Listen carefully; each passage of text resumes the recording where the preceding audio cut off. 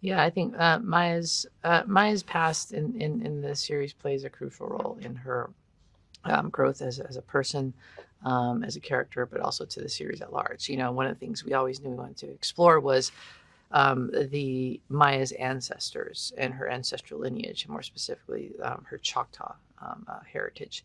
And you know, I think once we, but we didn't. We knew we were going to explore her ancestors, but we didn't know how.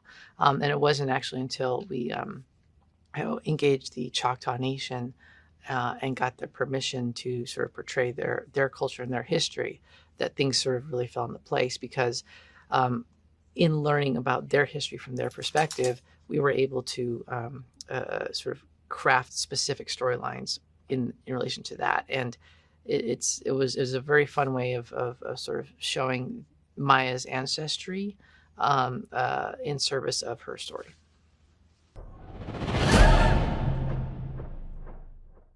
You know, I think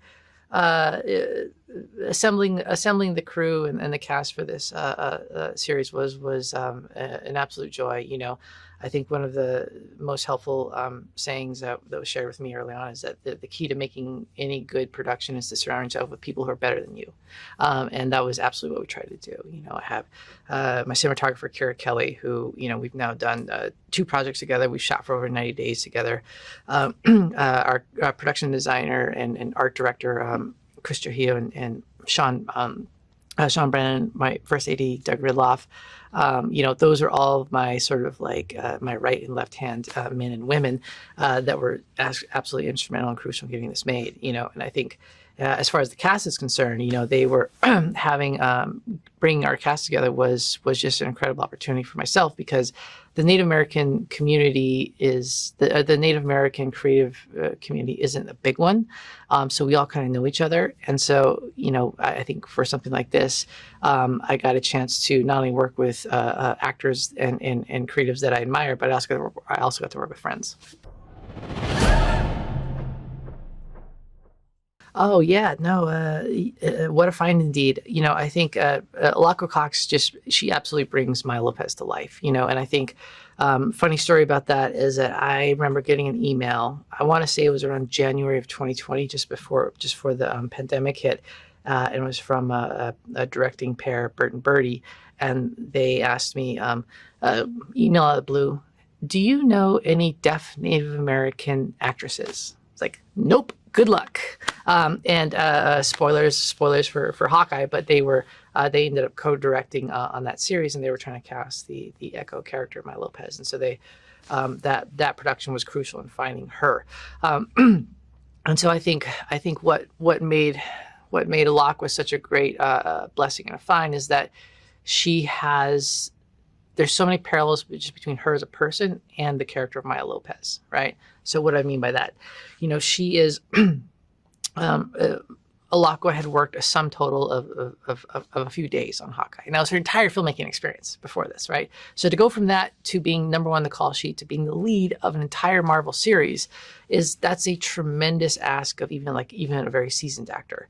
So, but you know, you have to have something, you know, within you just as a human being. You have to have a certain constitution, internal drive, and internal strength to be able to navigate all that. And Alaqua she did it effortlessly and flawlessly, you know, and I think that's just a testament to who she is as a person. Wilson Fisk fits into Maya's life in that he plays a sort of surrogate father, surrogate uncle role. But it's actually their relationship is crucial to the theme of our series, which is one of family, and more specifically the definition of family, right? So when we come into the series, Maya Lopez, she is a villain, and she is, even though she's from Oklahoma, when we come into the series, she's at that point in her life, she's probably more New York than she is Oklahoma. And so she's very caught up in the New York criminal underworld, which is sort of a, you know, more of a conditional definition of family. You know, like people can be discarded a little easier, a little more quicker. And we're going to, over the course of the series, without spoiling anything, I can say that we're going to challenge Maya's definition and preconceptions of what family is, and we're going to see if she's able to either grow or not from that. And so, but Wilson Fisk is going to be absolutely instrumental in that that dynamic. Yeah, I mean, I think Vincent just brings an incredible, you know, almost empathy to the character, right? What's the expression? Any good villain thinks that they're doing the right thing, right? And so I think that's what's so great about Vincent, is that, and specifically Alaqua as well too, is that they're both approaching their character with a ton of thought, a ton of care, and a ton of craft, right? And so, in all of our conversations early on, I think one of the things that I initially said in our first rehearsal was, no matter what happens, Fisk loves Maya and Maya loves Fisk. And so however we go, whatever direction that this goes, just, let that be the motivation for the characters and the opportunities. And so, I think having somebody like Vincent is just an incredible blessing, because, he cares so much about his craft and his character. And it was an absolute blessing.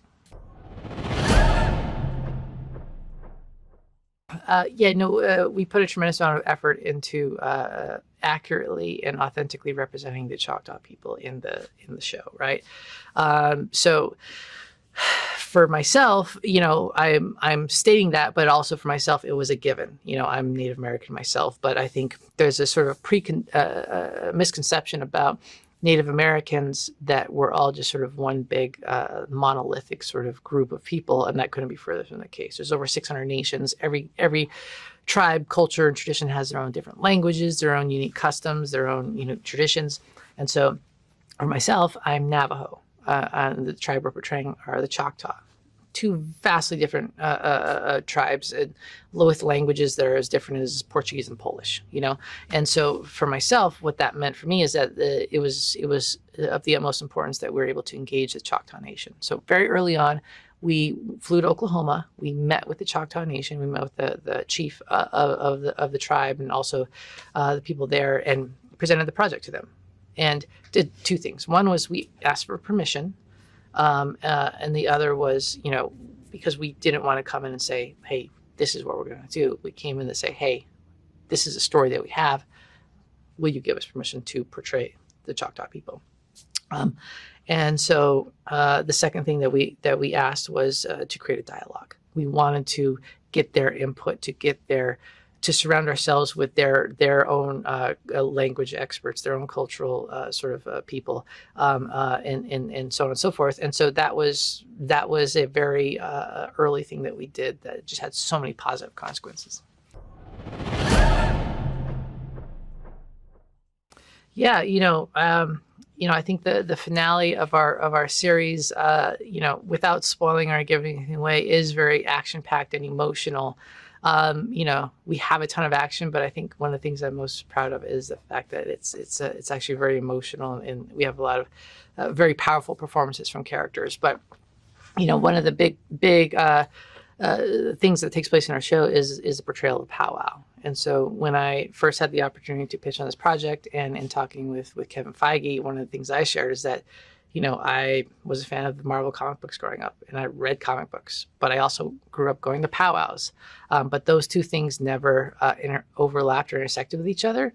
And so to have the opportunity to smash those two worlds together was a very, it was terrifying, it was exciting, it was exhilarating. But at the end of the day, you have to be in service of story. And in the same way that we engage the Choctaw Nation to make sure we authentically portray the Choctaw people, we also engaged actual powwow dancers, everybody from drum groups to jingle dress dancers to fancy dancers to powwow